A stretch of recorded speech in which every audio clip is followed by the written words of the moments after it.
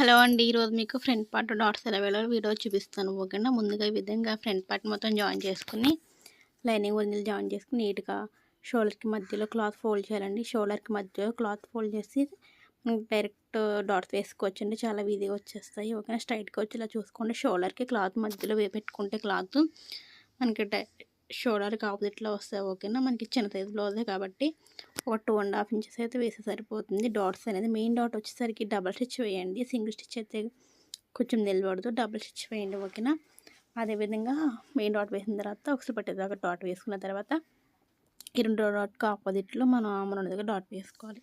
ఈ విధంగా వేసుకుని ఎక్కువ తక్కువ అన్న కంటే కట్ చేసుకొని షేప్ బెల్ట్ కూడా మనకి లెఫ్ట్ సైడ్ చూసుకుని షేప్ బెల్ట్ కూడా జాయిన్ చేసేయాలి. షేప్ బెల్ట్ జాయిన్ చేసేటప్పుడు మన మెయిన్ డాట్ ఉంటుంది కదా, మనకు ఆపోజిట్లో ఫోల్డ్ చేయాలి. వీడియో నచ్చితే లైక్ చేయండి. మన ఛానల్ ఫస్ట్ టైం చూడండి, సబ్స్క్రైబ్ చేసుకోండి. Bye friends.